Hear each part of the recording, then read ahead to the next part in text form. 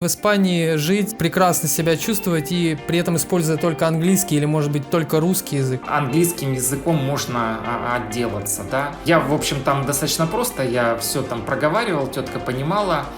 А по-португальски вы говорите? Я говорю, нет, извините.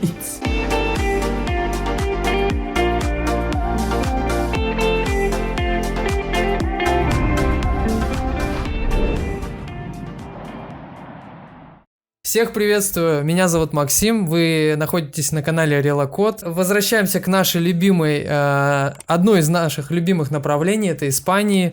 Разобраться в том, почему очень много людей именно выбирают это направление, нам поможет Алексей, эксперт по релокации. Алексей, привет! Всем привет, привет. Как настроение, какая погода сейчас в Валенсии? Я знаю, что ты в Валенсии живешь. Настроение хорошее, погода сегодня вот заволокло тучами, и вообще на этой неделе тучи обещают, но, в общем-то, в целом нормально, достаточно тепло. У меня тоже тучи, может быть, я тоже в Валенсии нахожусь, но я, к сожалению, может быть, пока еще не в Валенсии, я в Анталии, в Турции. Но у меня тоже, кстати, тучи, и вообще погода, не хочется выходить даже на улицу, если честно, хочется дома в одеяло закутаться и сидеть, попивать кофеек. Да, вот вернемся мы так отвлеклись, немножечко small talk, так сказать. Наша тема Испания, и про Испанию очень много вопросов задают, но сегодня мы поговорим на такую тему. Вот ты находишься в Валенсии, да, сейчас? Много ли русских вообще живет в этом городе и в Испании в целом сейчас переезжают? Такой вопрос. Вообще, конечно, скажем так, назовем не русских, наверное, русскоязычных, да, достаточно много. Мне сложно сказать по именно численности, я думаю, гораздо больше 100 тысяч человек, если честно, потому что вот Facebook группы по Испании, поэтому там просто десятки тысяч человек и постоянное живое какое-то общение и прочее, прочее. Русская речь в Испании достаточно часто слышна, то есть и в общественном транспорте, и вот на улице, то есть не сказать, что прям вот все ее окружают, но так или иначе это все слышно. Конечно, то есть русскоговорящих достаточно много, скажем так. А русскоязычные, они вообще стараются вместе как-то держаться, общаться, или как это вообще происходит на практике? Вот интересно тоже. Ну, конечно, стараются все-таки держаться, потому что так или иначе возникают какие-то вопросы, какие-то проблемы там, и все пытаются найти того человека, который говорит с ними на одном языке, чтобы банально хотя бы его понимать. Ну, то есть вот только вот разве что с этой целью. То есть испанский язык поначалу для переезжающих достаточно сложен, то есть в основном мы учили французский, вернее даже английский, и кто-то вот французский. Вот с испанским очень плохо, даже зная какие-то определенные слова. Бывает очень тяжело понять испанца, который тоже говорит достаточно те какие-то простые вещи. Поэтому, конечно, пытаются как-то держаться вместе в плане того, что решать проблемы тоже вот среди русскоговорящего сообщества, так это скажем. Алексей, а ты изучаешь испанский язык? Нужен ли он вообще в Испании? Или можно все-таки в Испании жить, прекрасно себя чувствовать и при этом используя только английский или, может быть, только русский язык? Ну, вообще, во-первых, все зависит от региона, где живешь. То есть, если вот туристическая Барселона, там люди говорят, что английским языком можно отделаться, да. Я знаю, еще около Малаги есть регион, где достаточно много англичан, много англоговорящих, там немцев тоже, вот, они тоже вот с английским нормально. В Валенсии, к сожалению, это не так. Надо учить испанский, я пытаюсь, но как бы работы просто много. Вот. Сложно дается, да, русскоговорящим испанский язык? Дается сложно, но он, опять же, дается сложно, потому что банально мало практики. То есть, когда работа с русскоговорящими клиентами, естественно, нет возможности как-то подучить и какие-то вот заучить. Но, в принципе, испанцы лояльны к незнанию испанского, пытаются как-то объяснить тоже. Вот, многие Но терпеливо они ждут. типа прикалываются вообще, когда кто-то на испанском пытается говорить, они прикалываются с того, какое Ну, произношение? нет, они даже рады, что вот человек Да? как-то немножечко говорит по-испански даже, какие-то слова там проговаривает. Я недавно стоял в кассе, покупал, значит, билет до Португалии. И, ну, я, в общем, там достаточно просто, я все там проговаривал, тетка понимала. И тут она увидела, что у меня португальский номер телефона, и она мне по-португальски спрашивает: «О, так вы в Португалию, говорит, едете, а по-португальски вы говорите?» Я говорю: «Нет, извините». А, кстати, португальский от испанского сильно отличается, или они все-таки очень похожи? Они очень похожи, но в то же время и отличаются. То есть какие-то слова, скажем так, португальцы испанцев понимают, испанцы португальцев не понимают. Вот. Это как буряты и монголы. Я не знаю, для тебя будет эта аналогия понятна. Вот я сам с Бурятии вообще родом. И буряты — это, по сути дела, когда-то история отколовшиеся монголы после татаро-монгольского ига. Да, и у них немножко видоизмененный язык, но на самом деле буряты понимают монголов, но монголы не понимают бурятов. Вот такой вот парадокс. Вот один в один, да, да.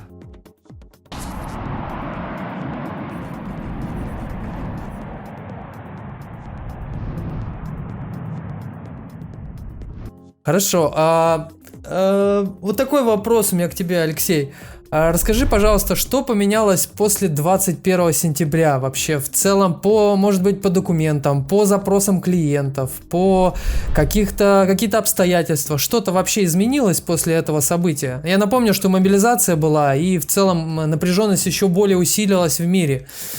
Да, скажем так, по документам практически ничего не поменялось. То есть требуют такие же справки из банков, вернее, даже, скажем так, поменялось немного в сторону смягчения. То есть после 24 февраля стали требовать деньги, покажите деньги в испанском банке.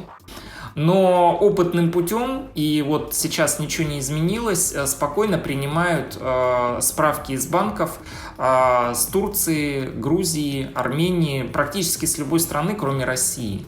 Вот. Спокойно рассматривают все документы, бизнес-планы, нигде никого как бы не притесняют, я так скажу. Но некоторые документы по ответам Испании я прям вижу, что они читают их прям под микроскопом. Но, как правило, это документы о детях. То есть, если несовершеннолетний ребенок, то они прямо вот под микроскопом рассматривают всю доверенность вот эту вот, пишут какие-то свои замечания. То есть, мне недавно пришло там целый абзац, почему, значит, эта доверенность не подходит и прочее, прочее. То есть, ну, они там сомневались, и я писал объяснительную, что это. Ну, в общем и целом, не могу сказать, что что-то в плане документа оборота поменялось или в плане Испании, да. То есть, все идет своим чередом. Может быть, где-то бывают иногда задержки, то есть, естественно, Испания обещает за 20 дней ответить, естественно, этого нету, отвечают где-то за 2-3 месяца. Вот. Ну вот, наверное, в плане документов, в плане подготовки где-то так. По запросам клиентов, По запросам Алексей? клиентов стали больше, конечно, интересоваться не проживанием, а уже релокацией бизнеса. То есть у клиента прямо вот бизнес, ну вот типичный вот недавно случай, совершенно рядовой, у клиента бизнес, он так или иначе работает в России, но у него часть клиентов в Европе и в США. И он ищет срочно очень его релоцировать в Европу, потому что, значит, считает, что, во-первых, релокация, значит, она ему помогает избежать войны, да, во-вторых, соответственно, помогает в бизнесе, то есть он планирует бизнес здесь дальше продолжать, то есть и таких клиентов стало все больше. То есть если раньше хотели, мы вот попробуем пожить в Испании, посмотрим, как получится, не получится, а там поглядим, может продлятся будет, может нет, а сейчас уже люди больше стараются переехать и перевести бизнес, уже думают о продаже недвижимости, собственности какой-то в России, вот, то есть, скажем так, стало в плане клиентов запросов стало больше вопросов, а как жизнь вообще? То есть меня тоже спрашивают, говорит, а вот мы слышали, что коммунальные в Европе 3000 евро, так ли это? Я говорю, у меня коммунальные 124 евро, вот говорю, недавно считал. Ой, как дешево все мы едем. Ну вот примерно как-то так происходит.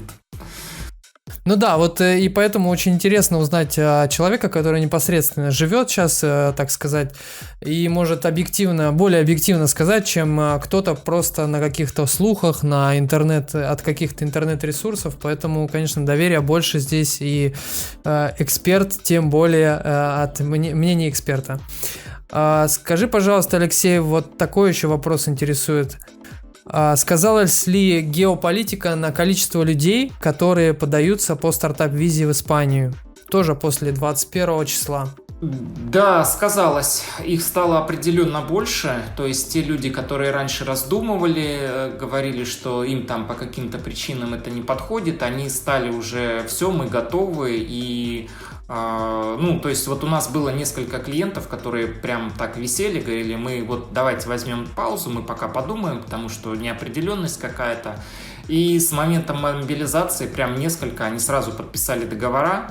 Соответственно, запросили у меня, что нужно сделать, какие документы, как. Тут же запустили этот момент, процесс. Куда-то переехали там в нейтральную страну, кто-то переехал сразу в Испанию. То есть, видно было, что такой вот достаточно сильный был стимул, и люди вот прям вот сразу стали переезжать. То есть уже не думали ни о чем, уже ничего не смотрели, просто вот сразу брали билеты и ехали. Говорит, ладно, можно на месте разобраться? Я говорю, можно. Все, мы едем. И вот 3-4 по срокам? По срокам, Алексей, сколько получать ВНЖ сейчас в Испании? Ничего не изменилось. С момента подачи документов это где-то 4-5, даже так, 3-4-5 месяцев. То есть в зависимости от неких таких случайных факторов, которые мы никак... То есть от подачи до получения самой карточки, верно? Или до оформления? До получения? Вот от подачи, то есть я здесь не говорю про срок, когда мы собираем документы, потому что он у всех разный. Кто-то собирает документы за неделю, кто-то за месяц, да. Но вот мы собрали все документы, сделали бизнес-план, отправили, и, как правило, 3-4-5 месяцев. То есть люди уже прям получают карты. Вот. Кто-то не торопится, да, говорит, я вот не тороплюсь, пусть там оно как идет, так идет, подешевле, да, тогда у них получается, 6-7, но это вот как бы максимум. А как бы ты, Алексей, посоветовал тем людям, которые вот прям сейчас нужно уезжать из России, они хотят, например, подаваться в перспективе на ВНЖ Испании через стартап-визу в том числе, куда бы ты посоветовал, может, промежуточную страну, а потом уже подаваться? Или вот какой план тем людям, которые подумывают об этом? Как ты план думаешь? первый, это, конечно, сделать какую-то генеральную доверенность на себя и на жену, потому что так или иначе нужно будет запрашивать документы в России, и без гендоверенности это сложно, это первый. Нейтральная страна, практика показывает, что любая. То есть нейтральная страна та, которая клиента больше устроит, может где-то знакомые, родственники, что-то еще, да. Если ни у кого никого нету, да, я бы, наверное, рекомендовал Турцию. У меня недавно мой коллега там по прошлой работе, тоже после мобилизации, он тут же в Грузию поехал. Я говорю, а что в Грузию-то? Ты куда поехал, к чему? Он говорит, у меня тут друг живет, есть квартира, и я вот решил это. То есть самый вот оптимальный вариант поехать куда-то к каким-то друзьям, знакомым вот в ближайшие страны, да. Если нигде в ближайших странах нет, мне кажется, Турция самый оптимальный вариант. Может быть, как вариант посмотреть, люди часто смотрят на цены, на проживание, то есть посмотреть, где может дешевле, и поехать туда. То есть пересидеть там какой-то момент или что-то такое.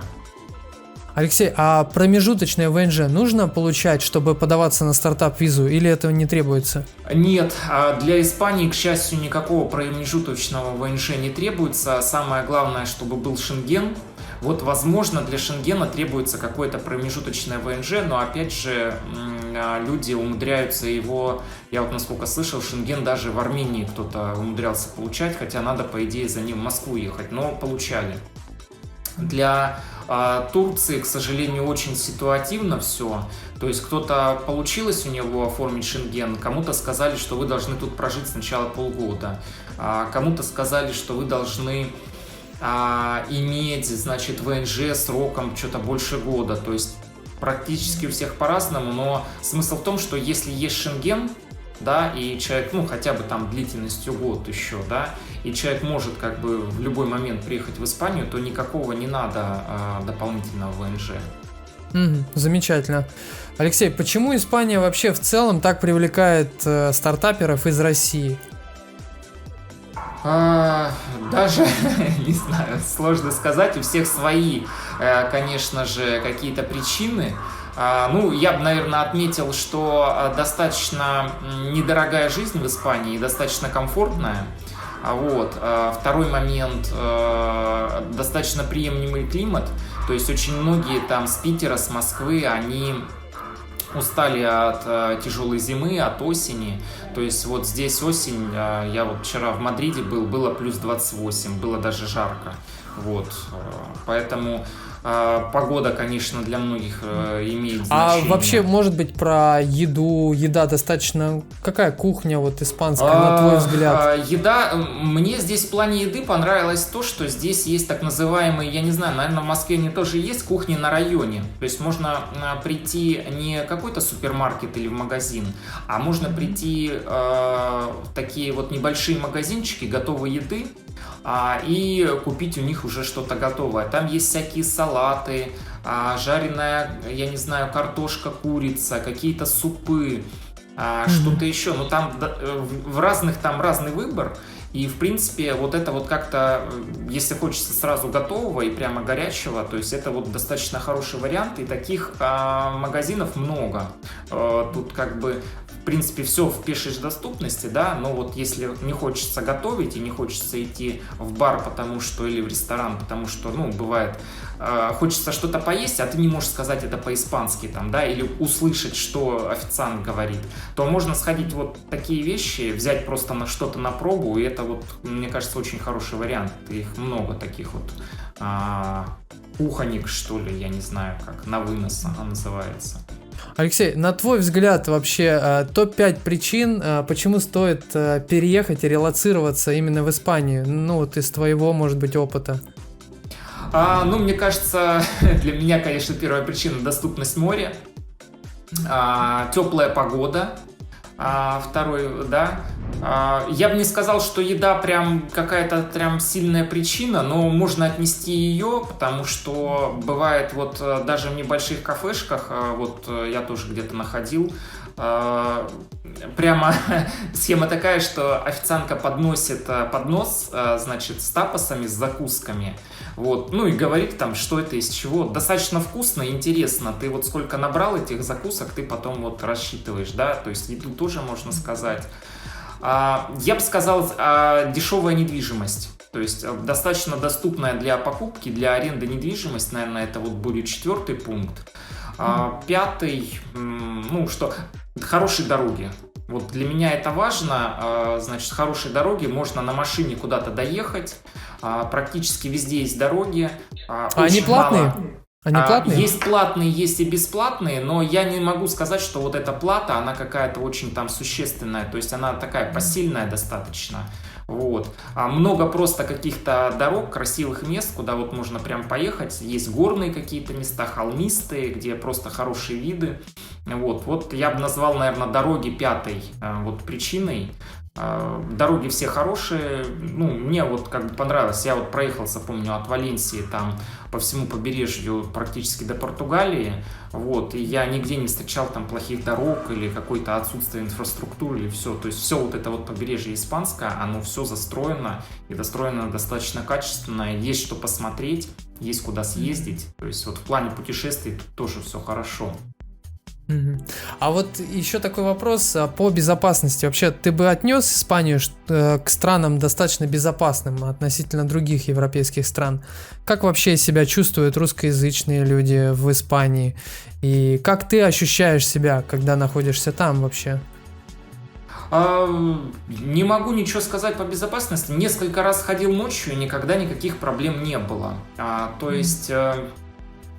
Это уже показатель, я думаю. Это уже Ну, хороший да, показатель. причем я вот не очень далеко от аэропорта живу, и как-то вот шел, потому что был совсем ранний рейс, я шел совсем рано утром, я не помню, часа в 3 или в 4 пешком, тут, наверное, час где-то ходьбы, вот, и я не увидел каких-то там признаков опасности, как, возможно, это было в России, что там какие-то компании там распивают или что-то такое, то есть этого ничего нету.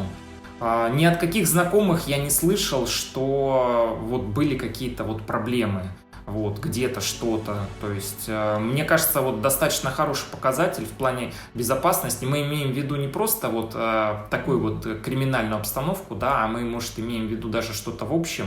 То есть, никто не попал ни в какие аварии, никуда, ни в какие истории тоже не влип. То есть, вот в этом плане, мне кажется, здесь такой вот достаточно большой существенный плюс, что ли. Ну, наверное, как-то так. Мгм.